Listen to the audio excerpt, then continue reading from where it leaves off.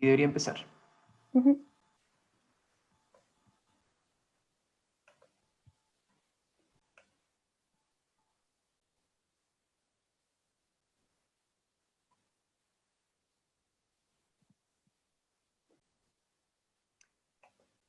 Ya, hola, ¿cómo están? Parece que ya estamos transmitiendo en este vivo que quisimos hacer junto con Gabriela Cabaña, que nos acompaña en esta videollamada para poder conversar con las personas que se conecten a nuestra plataforma de Facebook, para conversar un poco de renta básica, como dice el título. Esto es algo que, como vamos a conversar con Gabriela, se ha expresado en muchos momentos de nuestra historia, y ya desde hace cerca de un mes, nosotros al menos desde muchas actorías políticas, sociales, académicas, en el contexto del COVID-19 hemos venido planteando la necesidad de que, producto de la pandemia, producto de las cuarentenas, producto de las medidas sanitarias, también van a haber repercusiones económicas muy, muy grandes, y que una forma importante de poder llegar a todas las personas que van a tener que detener su actividad económica, o más bien, si queremos que detengan su actividad económica, sobre todo informales, ambulantes, la gente que se expone día a día al comercio para poder llevar el pan a sus casas, para poder parar la olla, lo que resulta al final es que se exponen a ese contagio, y muchas veces lo que queremos es evitar que se expongan a ese contagio.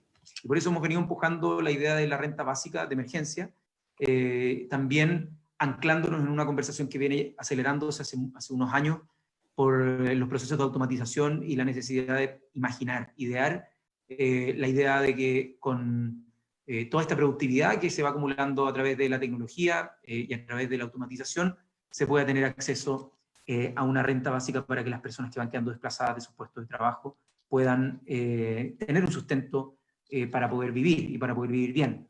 Así que por eso queríamos darle una bienvenida a Gabriela. También vamos a estar viendo junto con nuestro equipo los comentarios que nos puedan ir dejando, las preguntas. Pero queríamos saludarte primero, gracias por estar con nosotros, Gabriela, y poder preguntarte primero, ¿de dónde viene esta idea de la renta básica universal? ¿Cuáles son los principios y en qué está la discusión ahora? ¿En qué estaba la discusión quizás antes de la pandemia? Sí. Hola, bueno, hola Giorgio y hola a todas y todos los que nos acompañan en esta transmisión. Y bueno, para ir respondiendo al tiro de lo que tú me mencionabas, claro, esta discusión que hay ahora de una renta básica de emergencia, lo que nosotros queremos hablar hoy día es cómo se relaciona con una idea que es anterior, que es la de una renta básica universal, es decir, no relacionado con ninguna pandemia y tampoco destinado a un cierto grupo particular que se identifica como un vulnerable, sino que es una idea muy sencilla que es simplemente un derecho a que todas y todos tengamos un sustento económico mínimo que se nos entregue periódicamente, incondicionalmente. Es así de sencillo. Y dicho así, suena muy simple, pero obviamente esto es muy complejo. Y esta es una idea que viene apareciendo en el pensamiento político hace muchos años. O sea, la mayoría de quienes trabajan en renta básica identifican la primera expresión de este pensamiento en Tomás Moro en su libro Utopía, como diciendo, bueno, en esta sociedad donde todos podemos ser libres y iguales, tenemos que tener ciertas garantías, como sería una renta básica universal, que sería un derecho de todas y todos quienes somos ciudadanos de un territorio. Entonces, es simplemente esa idea. La idea tiene muchos años, ha tenido en particular como una revitalización y un auge mucho más grande, sobre todo desde la crisis mundial del 2008-2009, precisamente también por lo que decías tú, Giorgio, de cómo se hizo claro que el avance de ciertas formas tecnológicas de optimización y de mayor eficiencia estaba dejando a mucha gente desempleada. Entonces, una forma de sacar provecho de ese progreso y que no signifique que la gente va a quedar en la calle y que va a empeorar su calidad de vida, es redistribuir esta riqueza que hemos generado como sociedad en la forma de un ingreso básico universal, y así podemos quizás trabajar menos, tener más tiempo para otras cosas, pero sin perder en nuestra calidad de vida. Y también es una idea que por lo radical que es, se ha piloteado en muchos contextos. Hoy día ya hay muchísima evidencia de distintos pilotos en distintos contextos, desde lugares tan distintos como por ejemplo Corea, hay pilotos en India, en Brasil, en Canadá. O sea, es un tema súper transversal y que ahora hoy en día se está mirando con mucho más interés desde todos lados. O sea, esto esto es interesante para como las distintas veredas políticas en ese sentido. Oye, bueno, gracias Gaby por esa introducción. Para quienes se están sumando a este vivo, estamos hablando con Gabriela Cabaña, que es socióloga y está doctorándose en antropología, precisamente especializándose en los temas de renta básica, forma parte de la Red Nacional por el Ingreso Básico y también de una red global que precisamente están tratando de estudiar, analizar, observar los pilotos que se están realizando, empujar la idea de que se hagan pilotos, y también desmitificando algunas cosas relacionadas también a los costos, porque si es que uno se imagina una renta básica universal, bueno, las primeras preguntas que salen en la cabeza es, bueno, si es que la plata fuese infinita, bueno, no tendría sentido la plata en ese caso, porque Claro. no sería escasa, pero si es que pudiéramos tener muchos recursos, quizás podría aplicarse. Pero la primera restricción que aparece es: esto es demasiado caro, esto es imposible, esto, como mencionabas de Tomás Moro, es una utopía. ¿Qué tan utopía, qué tan realizable puede ser antes de que lleguemos a la parte de la pandemia? Sí, sí, yo creo que esa es una pregunta muy común, como la primera pregunta que a uno le plantean cuando hablamos de renta básica universal.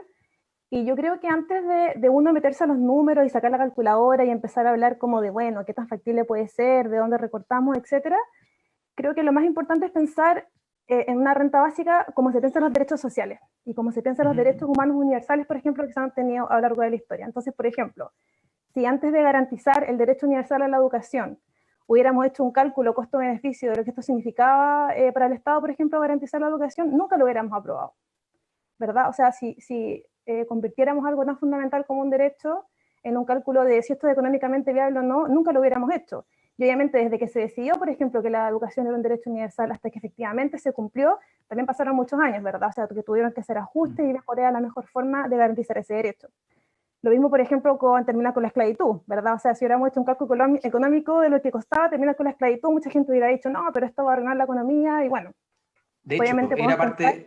era parte Sí, de las cosas que decían en el debate. Hay una película exacto. que retrata ese término de la esclavitud y justo era una de las conversaciones. De hecho, creo que en algún momento se les compensó a quienes tenían esclavos Sí, cuando dejaron de serlo. sí, claro, efectivamente, por el hacer una compensación económica. De hecho, Haití hasta hace muy poco, en el siglo XX, estuvo pagando a Francia por su independencia. Entonces, claro, como recordemos eso, o sea, recordemos eso de cómo se empujan los cambios políticos y cómo se cambian los límites de lo posible.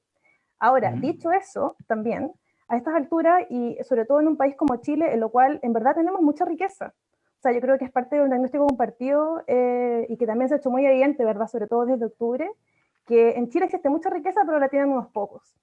Está en las manos de un grupo muy pequeño. Entonces, si empezamos a pensar en medidas redistributivas y cómo podemos, ¿verdad?, como arrinconar y identificar bien ese sector que se está llevando una parte absolutamente desproporcionada de la riqueza, ya tenemos un punto de partida para empezar a financiar en una renta básica universal. Excelente. Oye, hay mucha literatura de esto. Ustedes inauguraron una página web para la gente que tenga más interés y quiera hacer un doble clic y poder investigar sobre estos temas. ¿A dónde se pueden dirigir? Y cuéntanos un poco esta red a nivel nacional y cuál es cuál es la página web para que la gente, mientras nos escucha, de repente pueden meterse a bucear en la página. Sí, el sitio es www.ingresobásico.cl y es el sitio de la Red Chilena de Ingreso Básico que conformamos hace muy poco. Nos juntamos un grupo de académicas y de académicos que tenemos interés y que hemos estado investigando esta idea de la renta o ingreso básico, que tiene los dos nombres, desde distintas perspectivas, y es un grupo bien diverso de distintas disciplinas que estamos intentando abrir esta discusión y nos interesa mucho, y también volviendo al tema de la renta básica o ingreso básico de emergencia, cómo estas son cosas distintas, ¿verdad? Porque una cosa es ahora, estamos con la pandemia encima y estamos pensando ya, ¿cómo podemos reaccionar a esto un poco que nos explotó? Pero también cómo esto puede ser una ventana para imaginar una sociedad distinta. Entonces, creamos en esta página web unas primeras definiciones con algunas características de esta idea. Tenemos una sección de preguntas frecuentes donde también hablamos de algunos típicos argumentos que se hacen para oponerse a esta política y, bueno, más que nada invitar a la conversación y al debate. Así que ahí también estamos en Twitter, @ingresobásico, así que ahí podemos estar conversando sobre este tema si les interesa saber más. Nos pueden escribir. Bacán. Oye, y sobre la pandemia, porque si bien la justificación que se ha ido construyendo en los últimos años tiene harto anclaje en la automatización y en ese fenómeno, de hecho, la pregunta cuando a uno le dicen, oye, pero esto es muy caro, la pregunta es, bueno, ¿cuál es el contrafactual? ¿Cuál es la alternativa de Sí, que millones de personas año a año pierdan su trabajo y no logren encontrar, aunque quieran trabajar, aunque tengan una habilidad específica, ya no hay ese puesto de trabajo, ya no tienen cómo ganarse la vida y reinventarse, como se ha tratado de decir, y como un discurso como de pensamiento demasiado optimista, ¿no? La gente, y pasa a ser ingenuo o medio iluso, de que la gente va a poder recapacitarse a una velocidad siquiera igual sí, a lo que las tecnologías igual se van adaptando. Entonces, ahí el contrafactual es que gente quede en la calle. El historiador Yuval Noah Harari lo expone como la clase inútil, es decir, gente que millones de personas van a quedar totalmente desplazadas, no reconocidas por el mercado del trabajo, y por lo tanto la condición alternativa es morirse de hambre. Entonces, creo que ahí es importante que nos pongamos cada uno, cada una, en la situación, y la pandemia quizás sirve de eso, como ejercicio forzado. ¿Qué pasaría si no pudiera trabajar? Hoy día por claro. confinamiento, hoy día muchos negocios se están cerrando, pero al final es qué es lo que sucede si en verdad no tengo cómo llegar a fin de mes, aunque quiera trabajar en lo que sea, pero no hay simplemente. Claro. Claro, que no es una flojera, ¿verdad? Que muchas veces se ocupa Claro. ese argumento moral de no, que la gente es floja y que uno en general hace ese juicio siempre sobre los otros y no sobre uno mismo. Pero yo creo que más allá del tema del desempleo y la automatización, que obviamente son temas muy urgentes, hace sentido incluso un paso más atrás o incluso antes de llegar a ese escenario. Por ejemplo, uno de los casos de los pilotos que además me gusta, que encuentro que es más potente, es un piloto que se hizo en India, en una zona rural de India, que está muy lejos de estar directamente impactada por los efectos de la automatización, pero en los que sin embargo los efectos de la pobreza, de la inseguridad económica y de la precariedad, por ejemplo la dependencia de los prestamistas para cultivar para la cosecha anual, etcétera, son muy fuertes. Y por ejemplo, uno de los primeros efectos que se vio con la llegada de un ingreso básico a las distintas personas es que aumentó la calidad de la alimentación, por ejemplo. La gente podía planificar mucho mejor, podía diversificar su dieta, planificar a largo plazo, podían comprar animales que después se convertían en un capital, ¿verdad? Que después les daba más sustento, más seguridad, etcétera. Entonces, eso aumentó su calidad de vida, aumentó su salud, lo cual también significa, por ejemplo, menos gastos para el Estado en términos de sistema de salud. Entonces, lo que tú dices es precisamente, o sea, uno puede pensar numéricamente, hoy qué caro parece esta idea del ingreso básico universal, pero en verdad, ¿cuál es el costo de no hacerlo? ¿Cuál es el costo que estamos pagando ahora y que hoy día nos pega en la cara muy fuerte de mantener a tanta parte de la población, incluso aquella que no aparece como estrictamente pobre, ¿verdad? En un estado de tal fragilidad que de verdad estamos todos como con el agua hasta el cuello. Entonces, esos pequeños, que en verdad no son tan pequeños, pero que son bien sutiles cambios en nuestra experiencia que nos puede dar tener un ingreso básico garantizado, constante, universal, incondicional, yo creo que es lo más revolucionario de esta política que nos puede abrir una puerta a una sociedad que seamos mucho más libres. Sí, sí, me recuerda un poco, aunque tienen diferencias importantes, pero recuerda un poco a la discusión respecto a las reformas agrarias que se llevaron en distintas partes de la región, algunas frustradas también por los procesos de dictadura también que hubo en la región, pero tiene bastante de eso, de darle un piso, en un caso un piso productivo a nivel de tierra, en otro un piso productivo a partir del capital de trabajo, o de ingreso que pueda hacer para que una familia pueda sostenerse en lo mínimo. Y por qué la pandemia cambia todo, en el sentido de que hace viable lo que parecía imposible. Andrew Yang, que fue un candidato demócrata, de hecho acá tengo un libro que después quería recomendar, que se llama La guerra a la gente normal, en el fondo, de uno de los candidatos demócratas, que es un empresario, un tipo que dijo, mira, tenemos que darle $1000 mensuales a todas las familias. Ese era su programa de gobierno, básicamente. Tenía otras cosas, el tipo viene del mundo del emprendimiento, del mundo más cercano a Silicon Valley, a la parte techie. Y el tipo decía, no, $1000 a cada persona, y en ese libro lo argumenta re bien, incluso plantea una forma de financiamiento que al principio parece contraintuitiva, porque mete el tema del IVA, pero lo dice, no, mira, si es que le entregamos más de lo que ponen, puede ser progresivo. Y el tipo se arriesga y dice, si es que no hacemos esto, vamos a estar desplazando como a todas las familias, que la llaman las familias americanas, pero podríamos decir familias chilenas, y en cualquier parte del mundo lo podríamos aplicar así, estaremos condenándolas a estar bajo la línea de la pobreza, a estar viviendo condiciones infrahumanas, y por lo tanto no teniendo libertad. Él lo argumenta mucho desde la libertad. La gente no tiene libertad cuando está en esa condición de pobreza. Y ahora con la pandemia, mucha gente quedó sin trabajo, la gente que está en horarios todavía no tiene una respuesta, la gente que trabaja informalmente tiene que seguir exponiéndose a la calle, y se cortaron muchos flujos. El gobierno partió como muy lento en las respuestas económicas, y partió con el tema relacionado a las personas que tienen contrato de trabajo, con el seguro de cesantía. Pero ha dejado todavía la incertidumbre a las personas que no tienen ese contrato de trabajo. Entonces, ¿cómo afectó la pandemia este debate en el mundo?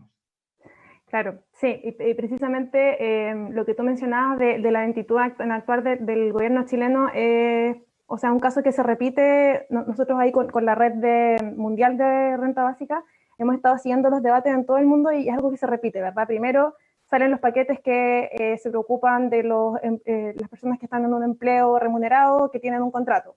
Y después todos se dan cuenta como chuta, pero ¿qué pasa con los informales? ¿Qué pasa con todos los de la economía de plataformas, ¿verdad? Todos estos servicios de delivery, personas que están trabajando absolutamente al día, ¿verdad? Entonces dicen ya. Entonces gente que venía cesante también. Además, claro, por supuesto, pero entonces es como ya, entonces lo vamos a ampliar un poquito más. Entonces como que empezamos a darnos cuenta que cuando empezamos a intentar agarrar a estos que son los precarios y los vulnerables, no importa qué tan grande hagamos el círculo, siempre va a haber alguien que se nos va a quedar fuera. O sea, siempre va a haber alguien que va a decir, pucha, el criterio justo no me aplica a mí, estoy en una situación súper complicada y este beneficio no me llega. Y ahí comenzamos también como a visibilizar como todas estas grietas de precariedad económica, una vez más, en el cual mucha gente ahora se cae y que ve que ningún instrumento del gobierno les sirve, ninguna herramienta de focalización, ninguna categoría al final se ajusta a ellos. Y acá, bueno, recordemos también que no todo el trabajo es empleo remunerado, o sea, también hay todas otras personas que hacen tipo de trabajo que no tienen un contrato, que no son reconocidos como productivos y que igual necesitan ese apoyo, ese sustento. Entonces la pandemia en el fondo nos viene como a reforzar esta situación en la que estábamos viviendo anteriormente solamente. Y quizás por eso también Estados Unidos está tan golpeado, porque es una de las economías más liberalizadas también, con menos protección. Claro. Oye, y mucha gente pregunta por qué efectos tendría en la economía, porque efectivamente es mucha plata. Hemos hablado del contrafactual, de la necesidad moral de que las personas pueden tener, pero ¿qué virtudes trae o qué riesgos trae el aplicar un ingreso básico, ya sea de emergencia o universal? Porque esto es plata que llega directamente a la economía también. O sea, las personas que más lo necesitan y que hoy día no tienen ese sustento mínimo, pasan a activar también las economías locales. Entonces, ¿qué se ha investigado respecto a esa materia con los ingresos básicos? Sí, bueno, precisamente lo que tú decías, como, bueno, obviamente acá tenemos que hablar de pilotos que son obviamente limitados, ya sea en magnitud o en tiempo, o que de pronto no cubren exactamente al 100% de la población, porque ninguno ha llegado a implementarse, por ejemplo, en un país entero, excepto el único lugar es el estado de Alaska, pero que es un caso como medio extraño. Pero las consecuencias, o sea, algunos como resultados generales que se han hecho de los pilotos, que son bien similares en varias partes, son, por ejemplo, bueno, como decía antes, mejora en la alimentación, en el acceso a mejores alimentos, eso es como un clásico. Mejora la disminución, por ejemplo, del trabajo infantil, porque ahora los niños se pueden dedicar a los niños y las niñas se pueden dedicar a estudiar. Disminución también de violencia intrafamiliar, disminución de violencia económica que muchas veces mujeres sufren a manos de sus parejas. En muchos casos el aumento de emprendimientos locales, de negocios que se generan porque ahora la gente puede, por ejemplo, dedicarse a tener un trabajo de medio tiempo y emprender porque tiene un colchoncito, ¿verdad?, que lo va a sustentar mientras el negocio agarra vuelo. Entonces, tiene un efecto súper dinamizador. Incluso alguien que quizás antes no quería buscar empleo por miedo a perder beneficios de desempleo, ahora sí puede buscar empleo. Entonces, muchas veces tiene el efecto contrario, de que mucha gente se vuelve activa, incluso en la economía formal, gracias a este efecto de seguridad económica. Excelente. Oye, ¿y cómo se ve en otras partes del mundo que han reaccionado con formas parecidas al ingreso básico? ¿Cuáles han sido las cosas que se han visto? Ejemplos, no sé, en Estados Unidos anunciaron que le iban a entregar $1.200 más 600 por cada persona extra, y ahora lo que estaban discutiendo es cómo ampliarlo, o cómo incluso dar un segundo cheque que llegue, porque no va a ser suficiente con esos $1.200 por las 10 semanas que pretenden que dure esto. Entonces, ¿qué cosas se están dando en distintas partes del mundo? Sí. Sí, te puedo dar una actualización porque esto en verdad cambia como hora a hora, ni siquiera día a día, así como que esto parece así como una pelea de quién da más, así como que cada uno intenta dar las reformas como más potentes y más robustas. Ahora, yo creo que es totalmente herencia de la campaña de Andrew Yang, que igual a mí me parece bien notable, que yo creo que sin su campaña esto nunca hubiera pasado, que ya esta semana los estadounidenses están recibiendo su cheque por $1.200, que por supuesto, dado el tamaño de la situación en la que estamos, es insuficiente, pero ya hay una propuesta desde la oposición demócrata para, como tú decías, extender esto por lo menos 6 meses más, y un ingreso que sea mayor de $2.000, y no es totalmente individual, porque esa es una de las gracias del ingreso básico, que es individual. Tiene ahí como una forma de también compensar por las familias, ¿verdad? Y como agregar a las niñas. Y las economías de escala. También. Entonces, el caso de Estados Unidos hasta ahora es como el que está más acercándose, pero por ejemplo ahora en Brasil también se aprobó una forma de ingreso básico que es bastante amplia, que construye también sobre toda la arquitectura del programa de renta familia, o sea, perdón, de Bolsa Familia, que es el programa de transferencia condicionada más grande, importante de Latinoamérica, que de hecho se hizo siguiendo una ley que garantiza un ingreso básico en Brasil, que se aprobó en 2004, es fruto de esa legislación.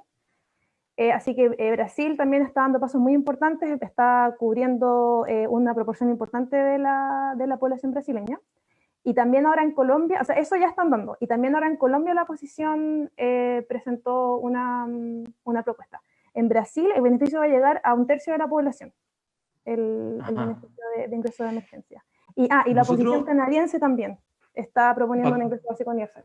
Así que por bueno, para contarle un poco a las personas que están en el vivo, nosotros estamos conversando ahora con Gabriela Cabaña, que forma parte de la red internacional y también una red nacional por el ingreso básico. Estamos tratando de preguntarnos, porque nos han hecho muchas preguntas al Facebook, al Instagram, ¿qué pasa con las personas que estaban cesantes, los que están con contrato honorario, los que están con distintas fórmulas de comercio informal? ¿Qué pasa con esas personas? ¿Cómo van a pagar la cuenta a fin de mes? Están preguntándose por los servicios básicos. Hemos tratado de dar algunas respuestas desde la legislación. Ha sido difícil, pero hace más de un mes nosotros propusimos que hubiera una renta básica universal. Le propusimos al gobierno, dijimos, esta es una solución que acá no nos sirve tratar de buscar ni dar como se va a empezar a dar el bono COVID ahora desde el viernes. Nos sirve dar un bono, que en este caso era de 50.000 pesos por carga, al registro de hogares que pertenecen a un porcentaje de vulnerabilidad previo. Hoy día hay una nueva situación de vulnerabilidad de millones de personas, y por eso es que nosotros estamos tratando de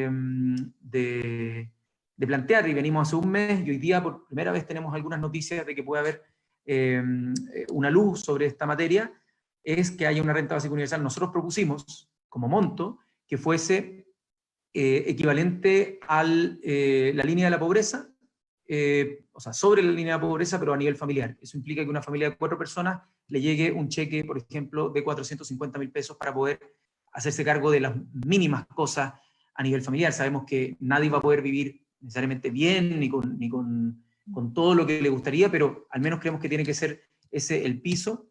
Y hoy día hay unas noticias en la segunda que el gobierno estaría abriéndose a esta posibilidad, todavía con total hermetismo. Creemos que esto tiene que ser una discusión abierta con gente que ha investigado el tema, como el caso de Gabriela. No sé si tú tienes alguna otra novedad respecto a esta materia, o cuáles serían los puntos importantes o cruciales para una renta básica de emergencia en Chile.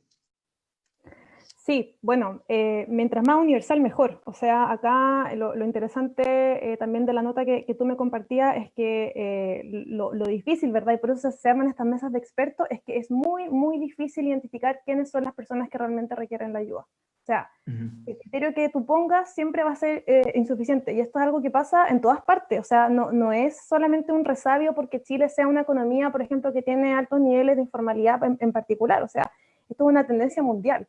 es muy, muy difícil. Por ejemplo, en Reino Unido, donde yo estuve ahora viviendo el último par de años, había una propuesta de implementar un piloto de ingreso básico universal desde el Labour, que al final no ganó, pero que uno de los fundamentos que ellos hacían para proponer un ingreso básico universal había sido el fracaso estrepitoso del Universal Credit, que es una forma focalizada de ayuda. Y ellos argumentaban súper bien de por qué esto era una forma, bueno, que se basaba en un trato denigrante a las personas, de usted me tiene que probar, ¿verdad? Que usted es súper vulnerable y que es súper pobre y que está intentando trabajar, y que, por ejemplo, allá en Reino Unido tenían cláusulas súper abusivas de que tú para recibir ese beneficio tenías que comprometerte a aceptar cualquier trabajo que se te ofreciera en un radio como de 30 kilómetros de tu casa. Entonces, aunque te ofrecieran un trabajo que era muy malo, que quedaba lejos, tú tenías que aceptarlo porque si no, te quitaban el beneficio. Y una serie de mecanismos que en el fondo son contraproducentes para el bienestar de las personas. Entonces, aunque sea el que sea el registro que tomemos, siempre va a haber alguien o que va a estar incluido y que quizás no lo necesita tanto, o que va a haber alguien que va a estar fuera, que por un motivo u otro no alcanza a llegar a cuánto se cuantifican estas ayudas. Entonces, por supuesto, cualquier ayuda es bienvenida y tener una renta que quizás llegue a unos pocos hace mejor que algo que no le llegue a nadie, obviamente. Pero acá yo creo que lo importante es mantener como el horizonte del óptimo, la universalidad, porque esa es la medida que es realmente justa y que nos va a ayudar a avanzar en este horizonte de un ingreso básico universal. Exacto. Oye, igual para que la gente pueda empezar a anticiparse a lo que puede llegar a ser una política del gobierno, nosotros nos preguntan desde cuándo sería. La verdad es que todavía no se ha legislado al respecto. Hoy día recién salió una nota donde el gobierno estaría armando un plan. Nosotros lo venimos empujando hace cerca de un mes. Sin embargo, esto se ha dilatado muchísimo y en verdad hay mucha gente que no puede seguir esperando. Está realmente en una situación muy precaria, de mucha incertidumbre. Nosotros vamos a seguir empujando para que sea lo antes posible, es decir, ojalá la próxima semana ya tengamos novedades. Es difícil que sea así de rápido, pero les instamos a que presionen a las autoridades de gobierno, a que sea lo más universal posible, que sea el monto más alto posible y que obviamente eso implique también una extensión mientras dure toda la situación de pandemia.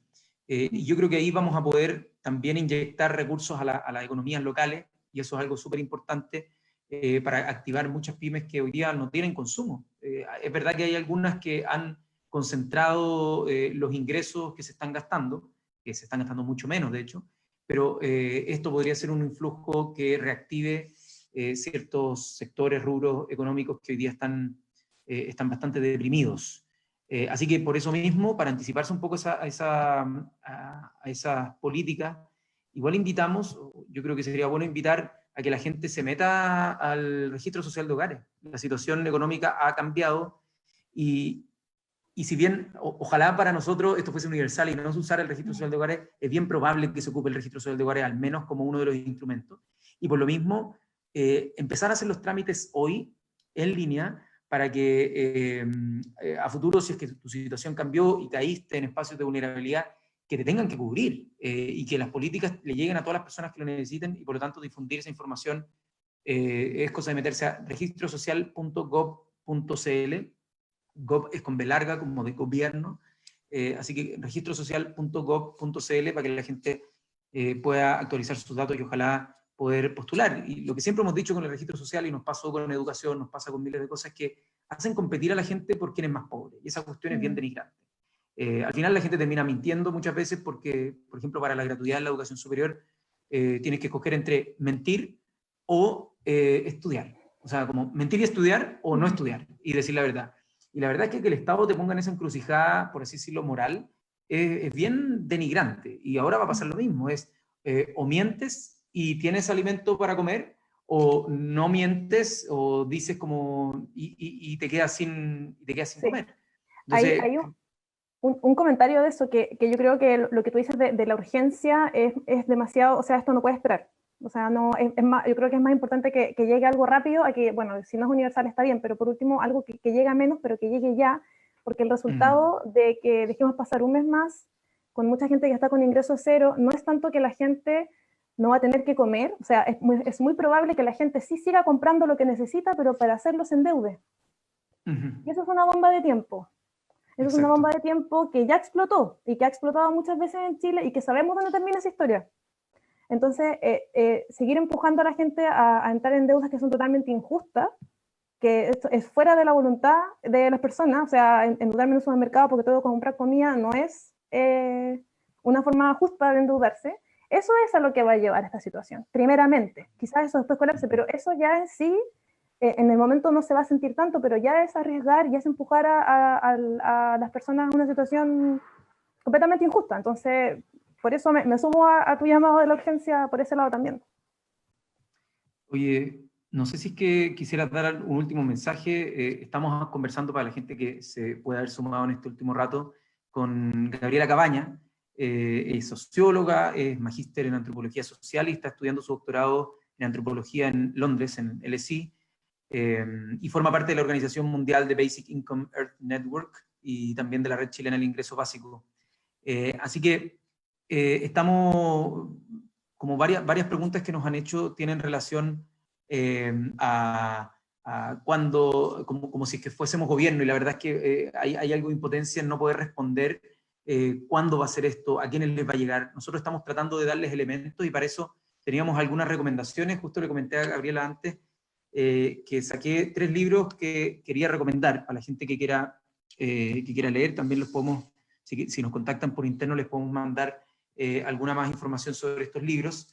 También, además del de Andrew Yang, que mostré antes, que está por acá,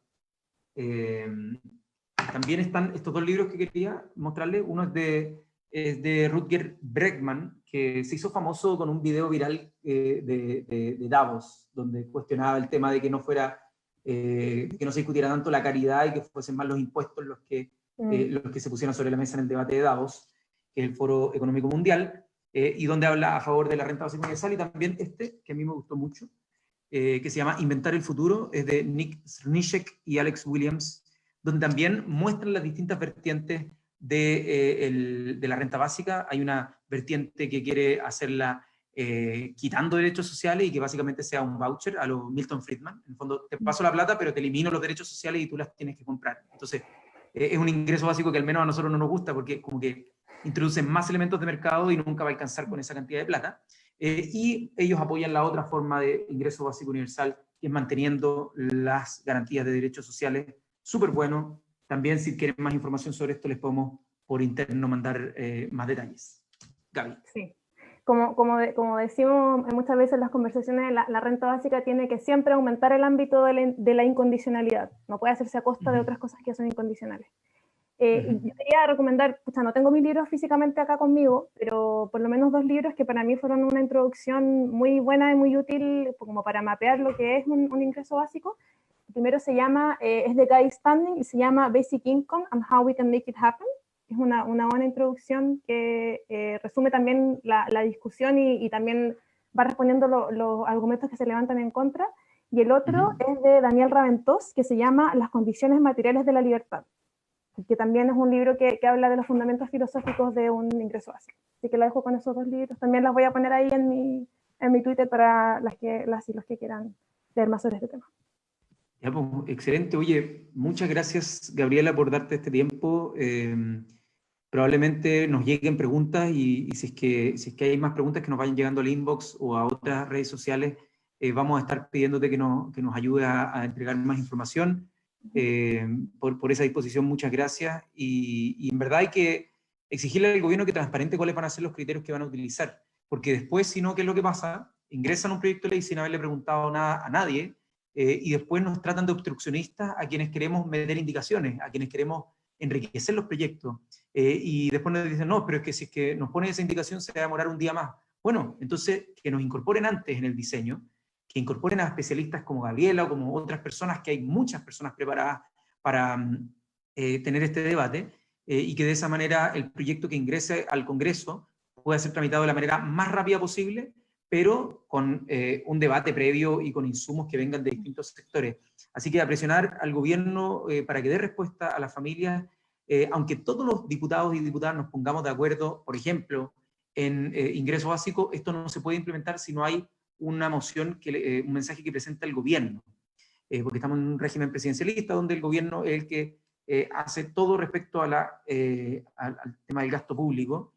Y si es que quieren contactarnos por otras redes sociales, nos pueden buscar acá en Facebook, en Instagram, también por @GiorgioDiputado, que ahí está nuestro equipo ayudándonos a revisar esos comentarios, y también en nuestra web giorgiojackson.cl pueden ver las propuestas y contactarnos al WhatsApp si es que necesitan alguna pregunta al +569 8459 5275. Así que a seguir las recomendaciones del distanciamiento social en la medida que puedan. Yo sé que es verdad que hay gente que no lo puede hacer porque tiene que llegar, tiene que parar la olla al fin del día, y vamos a estar trabajando para que eso no suceda y puedan cuidar su salud, como lo ha sugerido el Colegio Médico, la OMS, etc. Así que les mandamos un abrazo grande y muchas gracias, Gaby, también por tu tiempo. Gracias a ti, Giorgio.